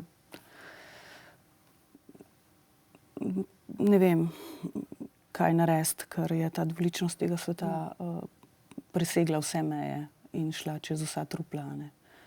Tukaj gre za res nepredstavljivo stvar. In v tem smislu sem pač zbrala to fotografijo. In take fotografije v bistvu opozarjajo na to. Mislim, tako, jaz, ko sem jo odprla, ne, ko sem jo pogledala, to so te stvari, ko si potem rečemo mi, ne, nikoli več, to se ne sme nikoli več zgoditi, to se ne bo nikoli več zgodilo, kar smo si rekli po drugi svetovni vojni, kar smo rekli po vojni v Bosni, ne, in vedno znova gledamo. Ne. In če teh fotografij ne bi bilo ali pa posnetkov, ne, hočem reči, to so stvari, ki ostanejo nek opomin.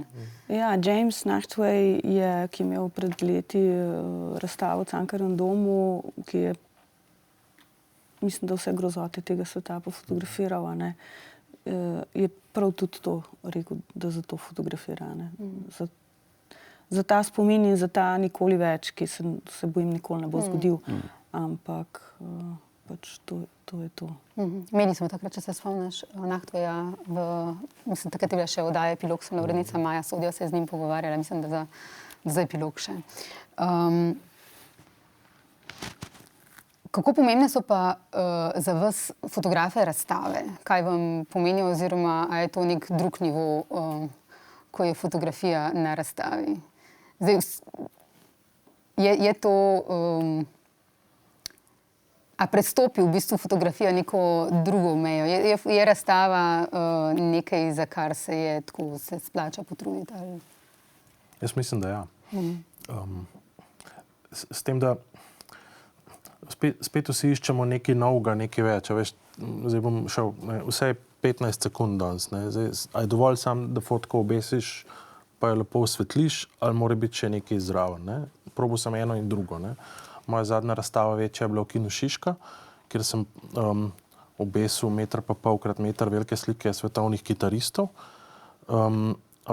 Predtem, ko sem pa razmišljal, sem rekel, ok, zdaj lahko to tako obesim, da visijo iz stropa, ne? Potem sem pa prinesel koncertne ograje. In sem te fotografije tako postavil na koncertne ograje. Imena, kdo je gor, seveda večina je bila toliko svetovno znanih, da so ljudje vedeli, ampak takrat je ena prijateljica mi dala idejo, rekla, daj napiši na stage tape, na ta fluorescentno zelen trak, ki je na odru, ko označuje, kje morajo hoditi, napiši, kdo je gor s tem črnim flomasterom. In pa smo tako v bistvu zelo, jaz pač grdo pišem, sem tako napisal, kar Audiji napišejo. Tako da smo naredili neko koncertno prizorišče in te ograje v nekem čudnem, na nek čuden način postavili, tako da so mogli ljudje vmes hoditi. Zelo dobro jih je ekipa takrat osvetlila, tako da so žareli ven in tudi na stopnicah v bistvu cel tak prihod. Tako da bil je nek dogodek, jaz sem želel, da je to nek dogodek, da je debata iz tega rata o glasbi, o koncertih, ne, sprav tudi ljudje, ki jih to zanima, so prišli, ne. Niso bili, bom rekel, narekovaju tipični obiskovalci, mogoče galerije, ampak bolj ljubitelji glasbe, ki so prišli pač pogledati te svoje neke ikone, ki jih poznajo, ne, na ta način. Ali se pa splača ali ne, finančno prav gotovo ne, ker nisem takrat niti ene fotografije prodal, bom po pravici povedal, od takrat, ne. Tudi nihče ni vprašal, da bi jo kupil, ne. Vsi seveda, ne, koliko je fino, fajn, ne. Ni pa bilo tiste želje po investiciji v umetniško delo, ne. Kar takšna fotografija po mojem mnenju je, ker ne nastane samo od sebe, ampak je bazirana toliko let prej dogajanja in dela, da si ti sposoben na nek način to ujeti. Ne samo tehnično, ampak tudi, da ima mogoče nekaj zraven. To je. Gospa Neda? Ja. En intermezzo v smislu tega spet, ko se vračamo na te, a je to zdaj vredno, pa tako, a ne. En klik bo moral enkrat se zgoditi, ko se opremlja prostor, da se na koncu pomisli, ne da se gre v neke salone pohištva ali pa trgovine pohištva in potem kup neke random okvirje z nekimi plakati not, ampak da se razmišlja tudi tako. Tako, ko imaš lepo obleko, moraš imeti lepe čevlje, a ne? Če imaš grde čevlje, brez veze lepa obleka, ne? Glede razstav. Ja. Ja, seveda si vedno vesel, če dobiš povabilo. Jaz sem večkrat pač naredila razstave iz svojih dokumentarnih fotk, ko so me pozvali pravzaprav tisti, za katere sem dlje časa fotografirala. Je pa redko kdaj, da sem naredila klasično razstavo, se pravi print na kvaliteten fotografski papir z okvirjem in steklom, ne.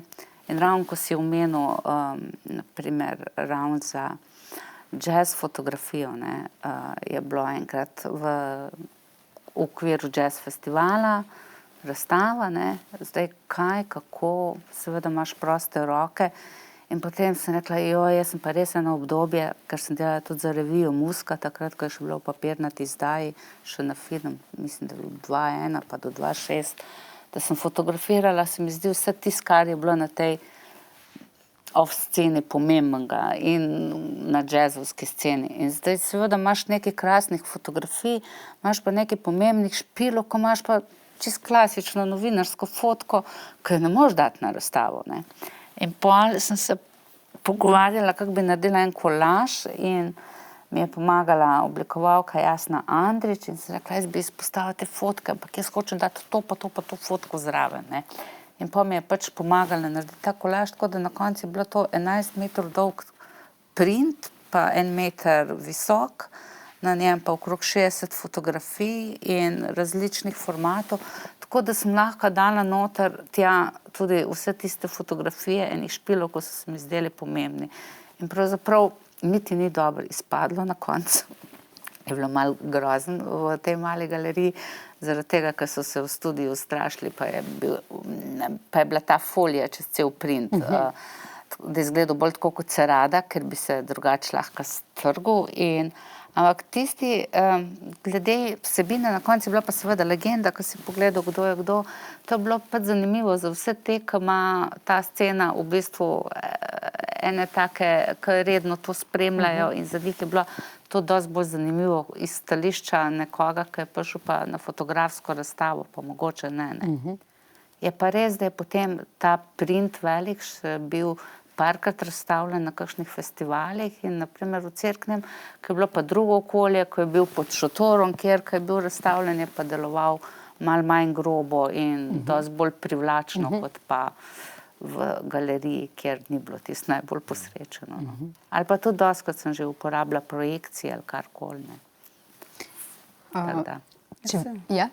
V bistvu je razstava samo en drug način predstavitve tvojega dela. Tako kot drugače ditiraš, ko delaš knjigo, ravno tako lahko je klasična knjiga, lahko je pa marsikaj.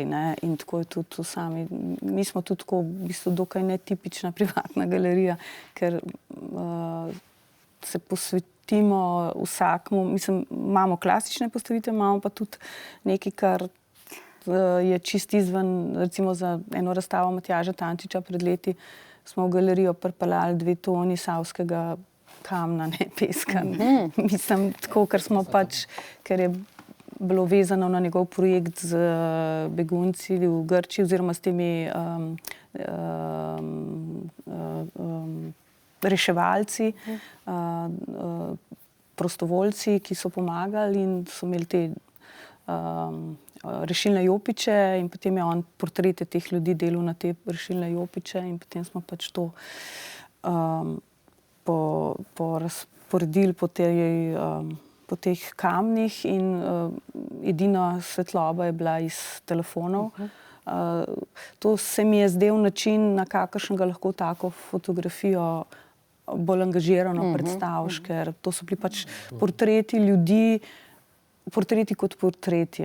Tukaj je bila pa potem vsa zgodba nekega moraš paziti seveda, da ne greš tukaj v nek larpurlartizem, da rečem, ampak da gre za dodatno doživetje pač vsebine na nek način. Tako. Mi smo isto imeli. Jaz zelo malo razstavljam, ampak smo pa v galeriji Kranjske hiše, tam največkrat razstavljam. Recimo mi smo imeli razstavo o srednjeveških prireditvah v Sloveniji. Smo v Kranju naredili srednjeveška prireditev, ker sem jih tako poznal vse te performerje in sem jih povabil in smo naredili celo prireditev. Isto je bilo z razstavo o Soški postrvi. Smo pripeljali tisto preparirano, ki so jo našli, ta največjo, ki je sicer v Kobaridu, ampak so jo ribiči pripeljali, tako da pa takrat so še javno oznanili, da so Soško postrv rešili s tistim svojim projektom renaturacije. Tako da, ja, to mi je, take razstave, kot tudi Miro pravi, pa so meni ta boljše. Ne čist klasična, ampak da še nekaj dodaš. Samo mora biti vedno v povezavi s vsebino, ne moreš vedno nek eksces. Da ni nasilo pa zaradi samega. Ja, tako da primerno vsakemu. Če bi morali zdaj pod črto recimo povedati ena stvar, ki se vam zdi v Sloveniji za fotografijo največji problem, pa kako to rešiti, kaj bi javnosti rekli? Saj vem, težav je veliko, veliko je tudi lepih stvari, saj kar nekaj smo jih danes tudi omenili, da ne bomo sam jamrali, vem, da noben od vas to ne želi, ampak kaj recimo pa so tisti problemi, na nekatere ste vi že opozorili, kaj pa recimo kaj vas najbolj moti ali pa kaj se vam zdi, da bi bilo vredno javnosti povedati, kaj bi bilo treba izboljšati, recimo, glede fotografije?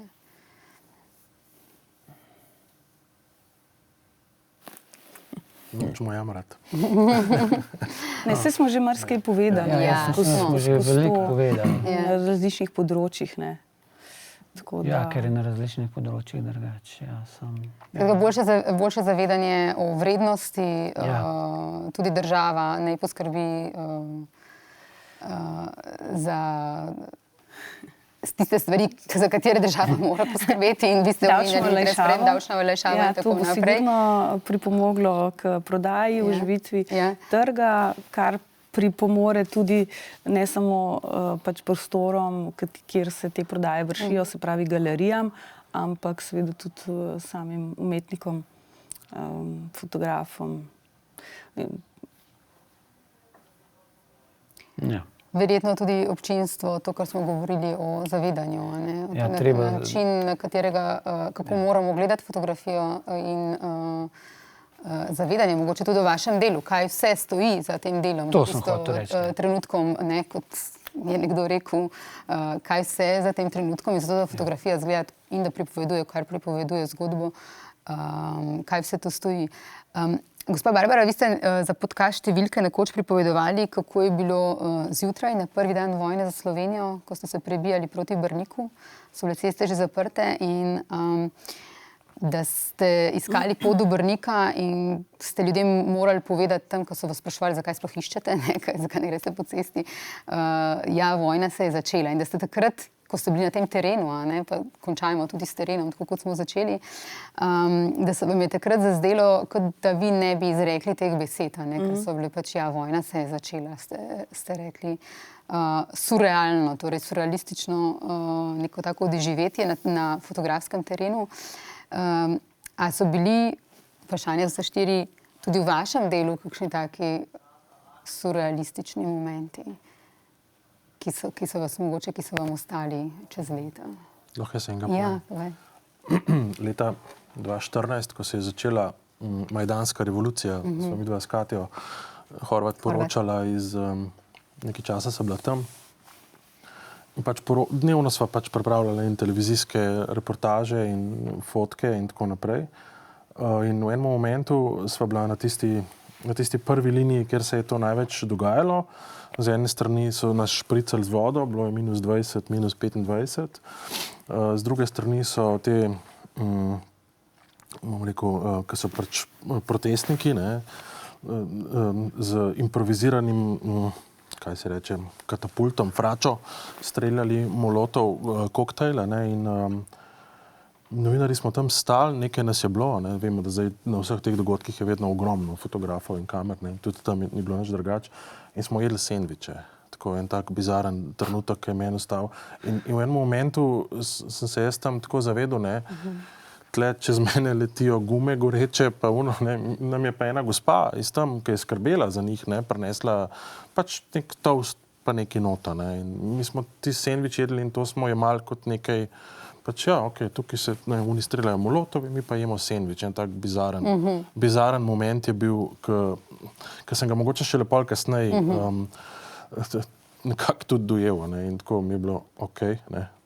Tako malo čudno mi je bilo vse skupaj in nisem se dobro počutil, ne, ker mi smo le tam in pademo noter v to zgodbo, smo, ne vem, 10-14 dni tam, poročamo. Hkrati pa ste izven zgodbe, ne? Ja, in potem se lahko tako izoliramo, da gremo ob 2 ponoči v lokal na čaj, ne, oni seveda tam niso, ne, in ni se mi zdelo, čuden občutek sem imel, no, tako počutil sem se, kot da ne pašem tja, no, tako nekako. Hkrati sem pa vedel, da je moja misija tam, da prenesem tisto zgodbo in da naredim fotko tiste frače, ki na drugo stran spušča zato, da se ta problem reši. No.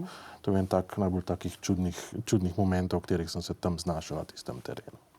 Luka, nimaš? Ne vem, če imam. Verjetno imam, ampak se zdaj nam spomnim. Gospoda, mogoče vi? Tudi nimam kakšne tako močne zgodbe, kot so te dve. Sem toliko močno siguren, ne. Edino, kar se jaz takega dosti bizarnega spomnim, ampak je, mislim, bizarno, ja, no ja. Pri zgodbi o reševanju rib iz Cerkniškega jezera je bilo, cel dan smo že reševali, oziroma so reševali, nikjer nobene sence, bilo je pa enih 40 skoraj. In jaz sem bil že čist, okolje obrnen že skoraj jaz. Ribe je bilo pa ful, ker to požira, požiralnik se voda umika in se ribe umikajo zraven z vodo in je to bilo rib že ful na površju gor, ker so crkavali ali pa so bile crknene. In noter so oni stali v vod in rešvali. In jaz sem rekel, jaz se moram ohladiti in sem šel z njimi tudi v vodo. Ker v hlačah, seveda, ampak kaj sem ugotovil, da te ribe niso bile samo na površini vode, ampak je bilo plast rib, je bila ene tokle. Tisto mi je bilo bizarno, to je bila čista ribja juha, tisto je pa bilo čudno. A so gospa Barbara pa gospa Nana mogoče kdaj, kakšni tereni, mislim, gotovo so, kjer se človek težko ostane samo fotograf? Ja, jaz imam zelo kratko sicer fotoreportersko kariero, ampak jih je bilo nekaj, ker je bilo to ravno v tistih burnih časih, pred pa med, pa malo pol po osamosvojitvi. In že tole sem hotela samo dodati eno, ki je taka, mogoče čisto na začetku mojega fotografiranja, jaz sem sicer hodila na Poljansko gimnazijo, oziroma takrat je bila to srednja šola za družboslovje in kulturo, mislim, da se je imenovalo uradno, no, ampak lahko smo izbirali, kam gremo na prakso v 4. letniku in jaz sem šla med fotoreporterje v delo in so me zelo lepo sprejeli, takrat je bil odslužni Dršič šef, pa bili so vsi te legende fotografske tam so delali in sem šla na teren. Zgodila se je ena huda nesreča na Unionu, je z Zoranom Vogrinčičem sva 1 uro prej šla mimo, to je čas brez mobitelov in tega, si prišel v redakcijo, pa so ti povedali, kaj se je zgodilo, točno tam, kjer si šel prej pol ure mimo, pa si šel pol spet nazaj. No, in midva sva šla tam mimo in dole so visele te sveče in sva prav rekla, Madonna, tole je pa res nevarno, skratka, in so te sveče dol padle, in se je zgodila nesreča in bogi človek je šel takrat mimo in ko sva prišla nazaj, seveda tam je bilo že vse in ljudje so stali z vrečkami iz trga in gledali, in jaz sem pač fotografirala, stara sem bila 18 let.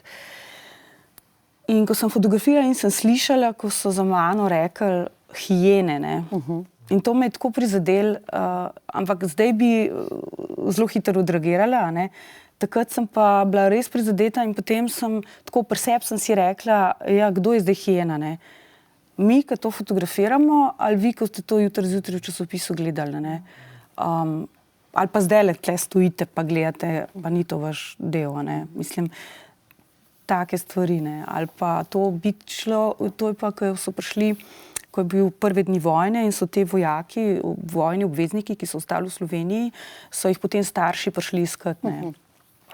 In so bile tudi tako pač take močne zgodbe in mene se je dotaknil en starejši možakar, ki je v Tivoliju so jih parkirali, so šli potem dol, v Tivoliju je bila tudi V Tivoliju je bil tudi en seznam, nažalost že nekaj je bilo mrtvih, nekaj je bilo pač, ne vem, zajetih in tako. In ta možakar je šel in jaz sem 10 metrov mogoče sem se ustavila in sem ga fotografirala, ki je hodil proti meni in je v tistem sleku nek jakno imel in jo je tako proti meni vrgel, In tako je bil ves pač pod stresom, Bog ve, koga je, ali imel vnuka ali sina, pač ni vedel, kaj se z njim dogaja in jaz sem ga tam pač fotografirala. Ga nisem res ne od blizu, ampak to se me je tako dotaknilo, da sem se kar umaknila in pol sem rekla, mislim, kaj ti zdaj tle delaš, Tako, Sveneda, mogoče vi tudi? Jaz kakih takih močnih zgodb nimam. Vedno sem imela ta privilegij, naprimer tudi pri Romih, da smo bili pri njih in smo tam z njimi nekaj časa bili cele dneve. Imeli smo tam šotor, skoraj 10 dni bivanja in vzpostaviš drugačen stik, sicer ne s vsemi, ampak smo imeli tudi ta navodila, ko smo se pogovarjali, ker nisem bila edina, 4 smo bili taki fotografski navdušenci, ker fotografski amateri, nismo bili tam po naročilu. Nekaj drugega pa je, če imaš naročilo za fotografiranje. Tako da, ja, marsikaj se te dotakne, kakšne zgodbe, ki jih lahko tako bolj slišiš, seveda se najprej družiš. In fajn je, kadar ni tisto, da nekam prideš in moš narediti in greš naprej, ne? Ampak najprej popiješ, naprimer, kavo in potem postane to vse skupaj zelo spontano. Čeprav danes tudi ni več tega, ne? Ker včasih se ni toliko fotografiralo, danes se pa fotografira non-stop in so nekateri že tako alergični, ko potegneš aparat. Meni se je tudi zgodilo, naprimer, čisto pri dokumentiranju kakšnih dogodkov, ne, da to se prav spomnim, enkrat na eni otvoritvi ravno festivala Mesta žensko je tudi bilo, mene ne fotografirati, mene ne. Pa fotografirati s teleobjektivom, pa ne. Ali pa ne mene, pa se usede v prvo vrsto. Tako da, treba je pa tudi vedeti, da je neki javni prostor, da je neki delo, da če si ti tam, enostavno je normalno, da si na fotografiji, da si lahko tudi na fotografiji, ne, sej pravzaprav, zdaj odvisno je, če te fotografije pristanejo čist nekje drugje, ne, mislim, jaz si pač to čist po svoje, je pa tudi res, ne, naprimer, da danes ne moš več tako fotografirati, kot so včasih, ne. Naprimer, če gledamo kakšno znano fotografijo od Cartier-Bressona, ko imamo vsi kakšne, naprimer, jaz imam kartice, pa to doma, danes ni šans, da bi lahko kaj takega naredil, brez dovoljenja in vsega skupaj, ne. Tudi o tem smo se pogovarjali v prejšnjem, kako se v bistvu čas, ki se spreminja, po eni strani je veliko več pozornosti seveda na zasebnost, kar je prav, po drugi strani pa, čeprav smo bombardirani s milijoni in milijoni in milijoni podob in v bistvu vsi imamo telefone, vsi objavljamo svoje fotografije, hkrati so pa ljudje postali na en način tako zahtevni, da se pa tisto, kar sami ne skurirajo sebe, se ne pustijo objavljati. To je to verjetno, kar ste vi Ja, mislim, da za novinarsko fotografijo je zelo težko. Bom pa jaz eno pozitivno zgodbo. Leta 1993, ko je bila septembra, ko je bilo zavzetje Metelkove in so vsi plezali čez ograjo. Jaz sem bila takrat 14 dni pred porodom moje prve hčere in sem fotografirala in mi je policaj odprl vrata in sem šla noter in sem potem pač vse slikala, od zunaj, not, gor, vse. Ampak tako mi je bilo lepo, samo od sebe. Nisem jaz neč, jaz sem tam stala in pač sem za Mladino fotografirala in mi je tako odprl vrata. Ok, pa končajmo takole pozitivno in optimistično, da se odpirajo vrata in z neko željo, tudi ta podcast smo naredili z željo, da bi v bistvu ozavestili ljudi o pomenu fotografije in o vašem delu. Tako da hvala lepa za vse, kar ste povedali in za vse, kar počnete. Hvala za povabilo. Hvala.